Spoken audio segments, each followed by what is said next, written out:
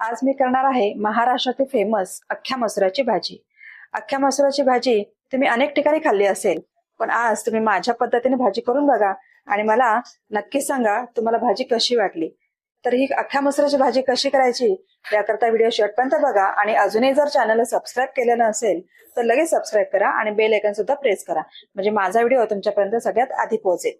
चला तर मग करूया अख्ख्या मसुराची भाजी। नमस्कार, मी आनंदी कुणाल पाटील। मी माझ्या करियन राईस या चॅनल मध्ये तुमचं सगळ्यांचं खूप खूप मनापासून स्वागत करते।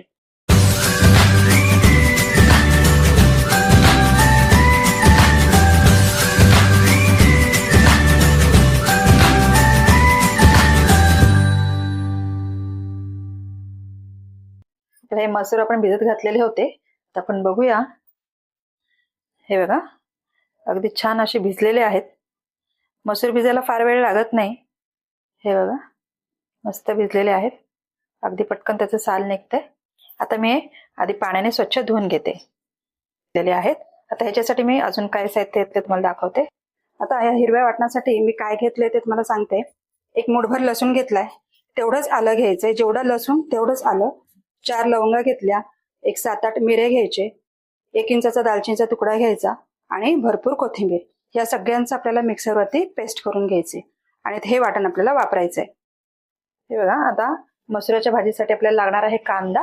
मी कांदा असा पातळ असा चिरून घेतलेला आहे। 1 मोठा कांदा घेतलेला आहे। 1 मिडियम साईजचा टोमॅटो बारीक चिरून घेतलेला आहे। हे हिरवं वाटण आहे, याची रेसिपी मी तुम्हाला अगोदरच दिलेली आहे। त्यासाठी आपल्याला हिंग लागणार आहे, हळद आणि तिखट। आपण आता फोडणी करून घेऊया। हे बघा, मी अगोदरच तेल गरम करत ठेवलेलं होतं। आता तेल गरम झाले, त्याच्यात मोहरी घालून घेते। मोहरी चांगली तडतडली की त्याच्यामध्ये आपल्याला कांदा घालून घ्यायचा आहे।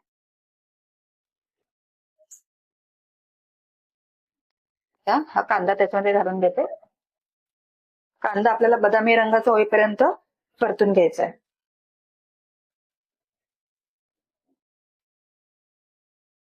तर कांद्यामध्ये मी थोडंसं मीठ घालून घेणार आहे, अगदी चिमूटभर मीठ घालायचं, ज्याच्यामुळे कांदा लवकर परतून होतो।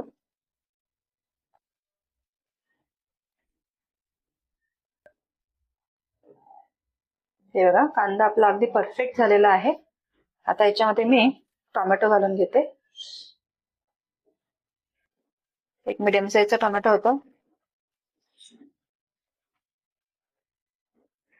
टोमॅटो मऊ होईपर्यंत आपल्याला परतून घ्यायचे। आता हे टोमॅटो मऊ असं शिजलेलं आहे। आता याच्यामध्ये आपण हिंग घालून घ्यायचे, पाव चमचा हिंग, अर्धा चमचा हळद।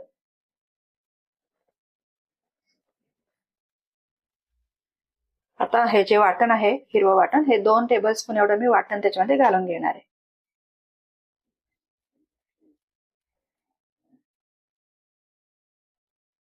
हे वाटण थोडं परतून घ्यायचं। आता याच्यामध्ये आपण मसूर भिजवलेले आहेत ते आपण याच्यामध्ये घालून घ्यायचे।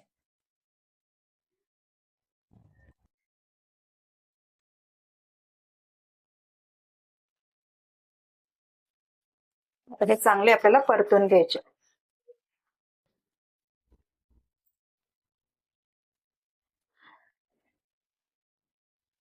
अगदी मोठे गॅसवर आपल्याला थोडा वेळ हे परतून घ्यायचे। त्या वाटणाचा सुगंध एवढा सुंदर येतोय ना, मस्तच।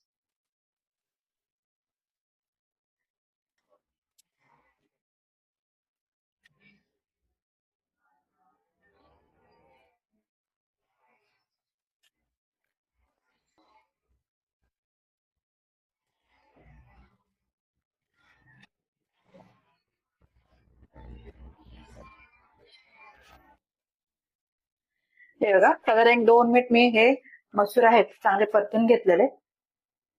आता त्याच्यामध्ये मसाला घालून घेणार आहे।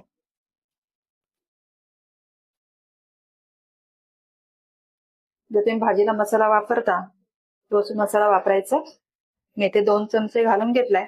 तिखट तुम्ही तुमच्या आवडीनुसार कमी जास्त करू शकता।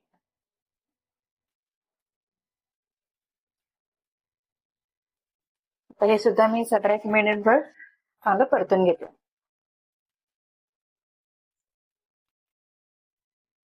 हे बघा, भाजी चांगली परतून झालेली। आता आपण याच्यावर झाकण ठेवणार आहे.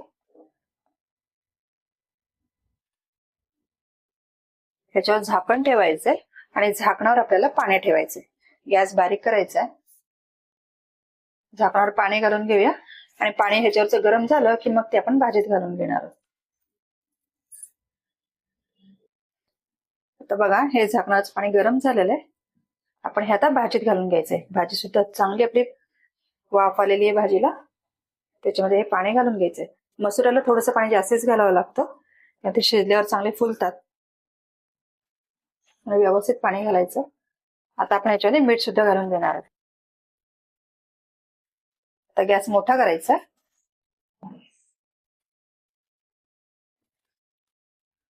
त्याच्यामध्ये चवीनुसार मीठ घालून घ्यायचं. आता भाजीला आपण उकळी येऊ द्यायची आहे, तोपर्यंत थांबूया.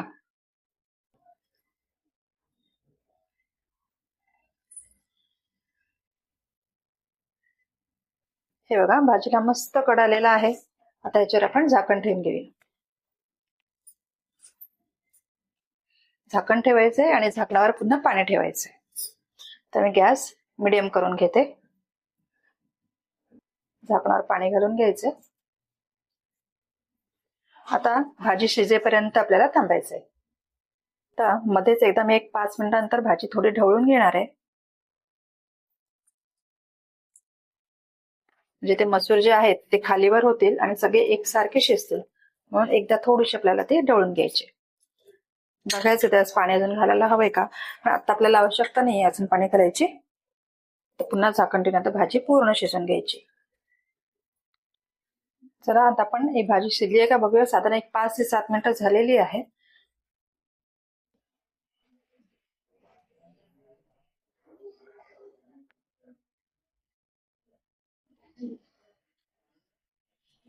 बघूया मसूर शिजलाय का तो. हे बघा अगदी मस्त असा मसूर शिजलेला आहे, मऊ झालेला आहे. हे बघा तर ही आपली भाजी तयार आहे. ही अख्ख्या मसुराची भाजी आपली तयार आहे. मी बघाल तर रस अगदी व्यवस्थित झालेला आहे. जास्ती पातळ सुद्धा करायचं नाही. आणि खायला ही भाजी एवढी सुंदर लागते ना, अप्रतिम अशी भाजी होते. तुम्ही अगदी पोळी भाकरी बरोबर किंवा भाताबरोबर कशाही बरोबर खा, भाजी सुंदरच लागते. तुम्ही एकदा नक्की ट्राय करा आणि मला कमेंट करून नक्की सांगा भाजी कशी झाली ते.